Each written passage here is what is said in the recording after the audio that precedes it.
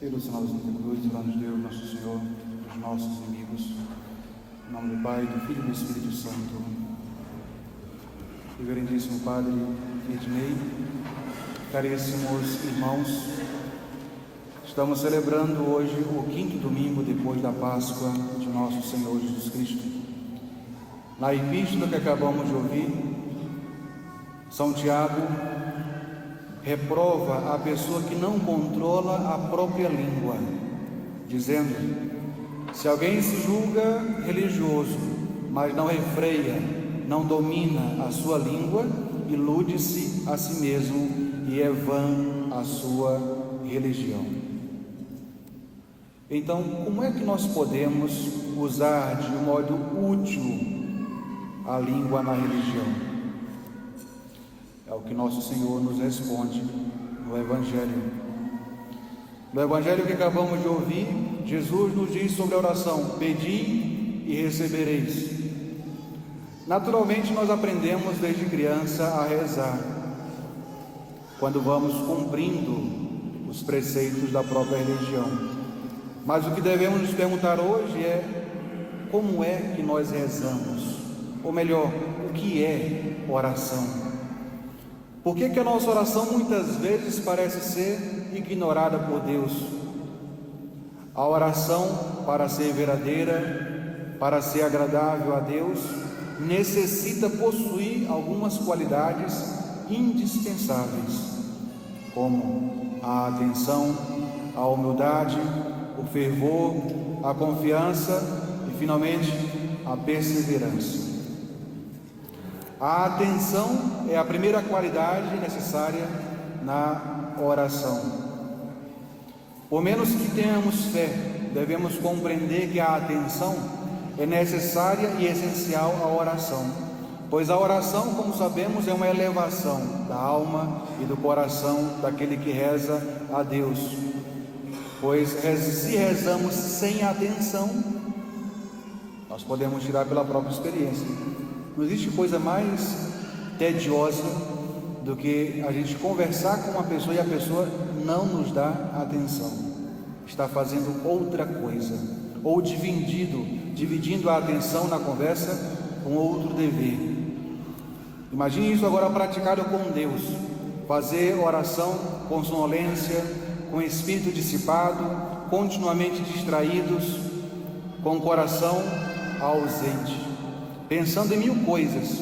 Certamente essa é uma oração que não pode ser chamada de oração, pois o espírito faltou, está só o corpo presente.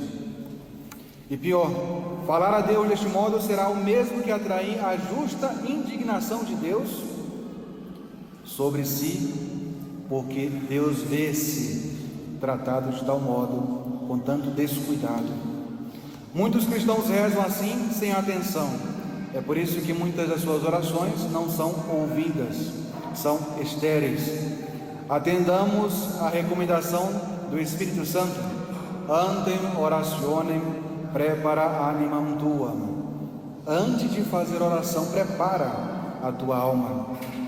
Preparemos, portanto, nossa alma para a oração, fazendo primeiramente atos de fé na presença de Deus, que nos vê e diante do qual nos colocamos, peçamos a ajuda do nosso anjo da guarda, a assistência de Nossa Senhora.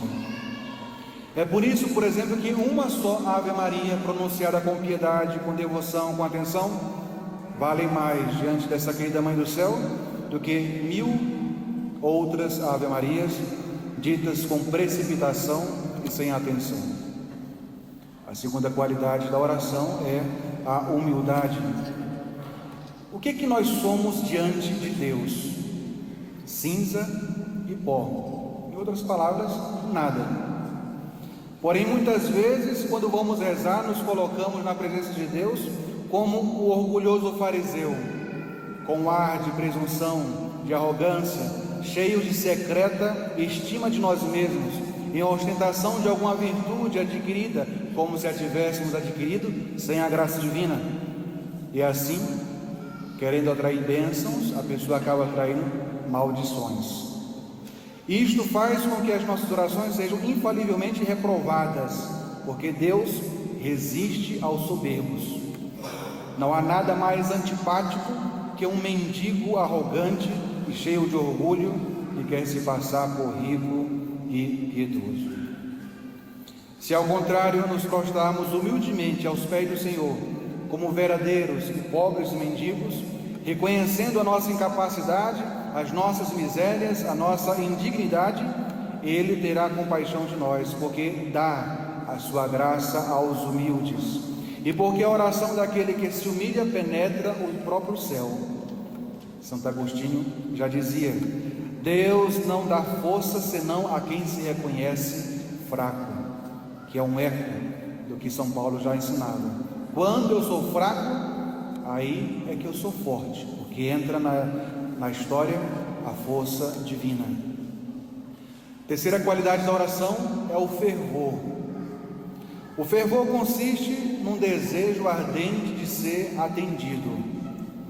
O nosso fervor seria grande e os nossos desejos sinceros e veementes se considerássemos de um lado, primeiro, a nossa completa indignidade, a nossa extrema pobreza, necessidade, e do outro lado, ao mesmo tempo, a grandeza e a excelência dos bens que pedimos, especialmente quando vem dessa fonte divina chamada Deus.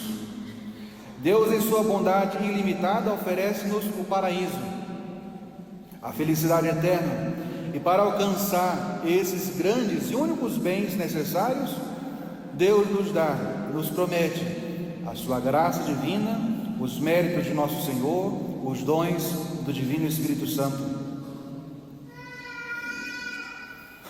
Infelizmente acontece que, tendo que pedir bens tão preciosos e tão necessários, os pedimos com tanta negligência, tibieza, indiferença, até com menos desejos de um homem que pede um copo d'água para matar a própria sede.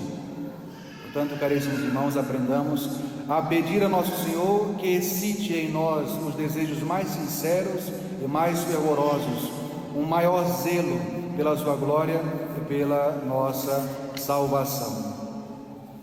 A quarta qualidade da nossa oração deve ser a confiança. A nossa fé ou confiança ao rezar deve ser de uma criança animada que fala ao melhor dos pais. Baseia-se essa confiança, antes de tudo, na bondade e no poder divino.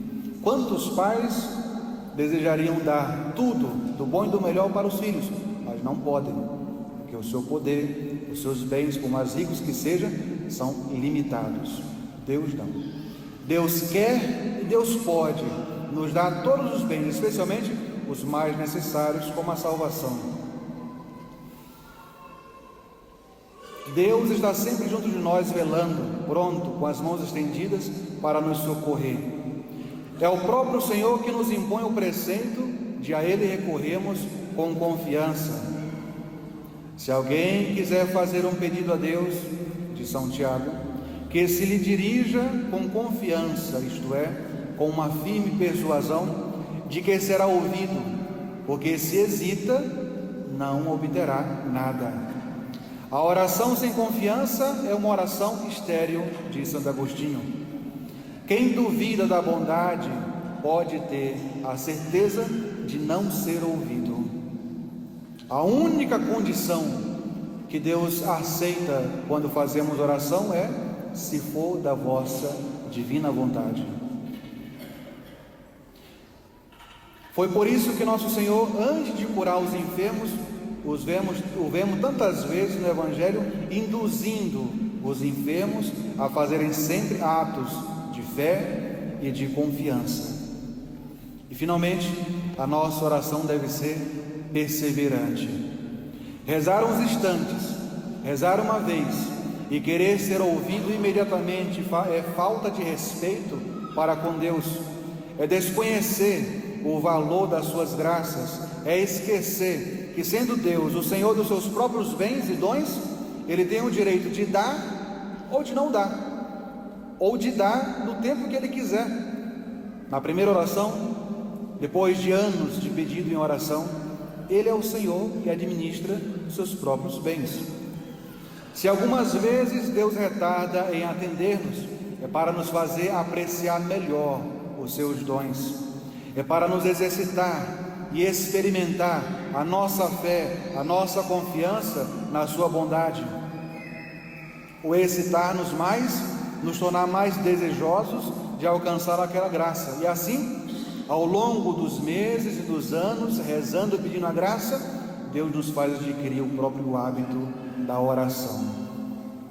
Seja por que for, seja qual for o motivo, é sempre por uma razão boa, digna da sua sabedoria, que Deus retarda em atender o nosso pedido. Muitas almas, caríssimos irmãos, desanimam e abandonam a oração porque não são atendidas imediatamente. No entanto, muitas vezes essas mesmas almas, para adquirir um benefício material, uma vaga de emprego, uma vaga em qualquer repartição pública, uma atenção, um benefício pessoal, um valor, uma pensão, gastam tantos recursos, procuram tantas pessoas que podem ajudá-lo, contatos naquela repartição pública, procuram recomendações pessoais, pessoas que falam em seu nome, gastam tempo, dinheiro e vigor. Se gastasse a mesma coisa na vida de oração, com certeza seriam atendidos. E isso deveria ter sido feito em relação à oração. Não devemos solicitar, nós devemos solicitar o céu e os meios para consegui-lo, sem descanso, até conseguir essa grande graça. Santo Agostinho também dizia: Deus quer ser rogado, quer ser quase forçado, vencido pelas nossas importunações na oração. Consideremos, por exemplo, os exemplos do próprio Evangelho, daquele que vem de noite pedir 3 pães a um amigo, daquele cego de Jericó gritando cada vez mais alto, e sobretudo a admirável persistência da cananeia que pedia a cura da sua filha. Todos só foram ouvidos porque foram constantes, perseverantes na oração. A própria Sagrada Escritura já diz: só aos violentos é que pertence o reino dos céus. Só entra no céu quem for violento. De que tipo de violência a Sagrada Escritura está falando? Dessa violência de persistir, de rogar, de pedir, de multiplicar os intercessores junto de Deus, até alcançar a graça, aquela pedida ou outra que Deus julga mais conveniente e necessária. Caríssimos irmãos, rezemos muito e sempre, porque a oração é o alimento da nossa alma, é a nossa arma defensiva contra o demônio e as tentações, é a chave do tesouro de Deus, o grande meio da nossa santificação e salvação. Tenhamos, portanto, sempre o cuidado de fazer oração bem feita, isto é, revestida das qualidades necessárias para ser ouvida por Deus, nosso Senhor. Em nome do Pai, do Filho e do Espírito Santo.